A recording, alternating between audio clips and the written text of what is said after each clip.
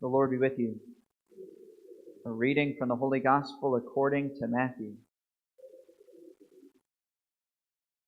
Jesus said to his disciples, "Beware of false prophets who come to you in sheep's clothing, but underneath are ravenous wolves.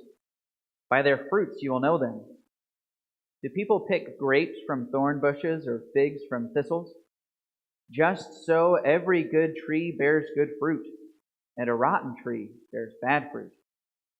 A good tree cannot bear bad fruit, nor can a rotten tree bear good fruit.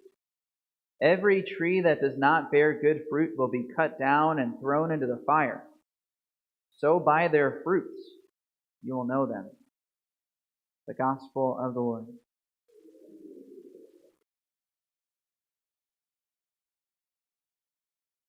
From today's first reading, one of my favorite lines from the Old Testament. Abraham is questioning God about the promises God has made to him about his descendants. He does not yet have the descendants, and God reasserts his promise to Abraham. One of the three promises he gave to him. What are the three promises again? First promise was, your descendants will become a great nation. Second promise, I will make your name great. In other words, I will have a great king come from your descendants. And there will be a great kingdom. And the last promise, through your descendants, all the nations will be blessed. Right? Those are the three promises he gives to Abraham. So the primary issue was that Abraham still did not have a son. Right? And I love this. Abraham asked him, "Lord, how shall I know that I shall possess it?" Talking about the land and his descendants. And what was God's response? "Bring me a heifer." Oh, okay. Can you imagine asking God in prayer and discernment, "God, how do I know what your will is for me? How do I know that you're going to bless me? Bring me a heifer." Right? Kind of one of those comic lines of the Old Testament. He asked him to bring a heifer and a goat and also a ram, a turtle dove, and a pigeon so that he can perform a sacrifice. And what happens in the sacrifice is that these animals are split in two, and eventually God walks through the middle of those carcasses. In the ancient Near East, this was a way of saying that God was promising this to Abraham, and if he did not fulfill the promise, then so he should be like the animals who were slain. Right? God was reasserting his promise here. I also love the reading today because there's one of these the great symbols of the Old Testament. One of the great analogies that God makes when God is questioned by Abraham about his descendants. Abraham is told to look up and count the stars, right?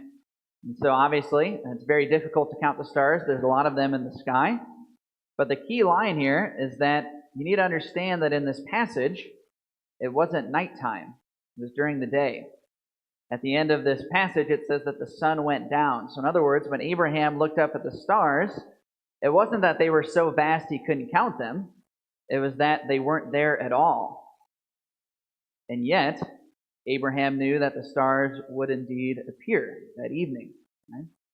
One of the beautiful images that God uses to instruct in the Old Testament, showing forth the spiritual principle that God does indeed desire to bless us, and He will fill us with His blessings. But those blessings are often very hidden and distant and require much time and patience and trust to receive those blessings. One of these principles we'll see over and over again in the life of Abraham is that he needs to continually abandon himself to God's promises and God's will. And only then will the blessings he wishes to receive come to him. And even throughout this journey, he will continue to be tested, and sometimes he'll take matters into his own hands. And it causes problems. And we can understand Abraham's situation. Do you remember how old Abraham was when he was asked to leave the land of his fathers in Ur of the Chaldees? He was 75 years old when God promised him descendants. Right? So you can imagine how difficult it would have been to trust God on Abraham's part. And then after Abram had been living in this new land for 11 years, he still didn't have any descendants. So he was 86 years old. And that's when he took his maidservant and had relations with her instead. And it was not until 13 years later, when he was 99, that his wife Sarah finally conceived Isaac, the child of the promise. Much testing and patience that God was demanding on Abram's part. But it was all a preparation for the ultimate blessings that God wished to give to him. Great reminder to all of us. God truly does desire to shower us with blessings. But the first requirement for us to receive those blessings is that first we completely abandon our own plans and abandon ourselves to Him, that we are obedient to Him. In the story of Abraham, the first thing that was required of him was first that he was obedient and left the land of his fathers. It's an act of great abandonment and trust. And for each of us, whatever the plan is that God has for us, whatever the blessings are, we will not receive them unless first we abandon our own plans and our own desires. Only then will God begin to shower us with His blessings that He wants for us.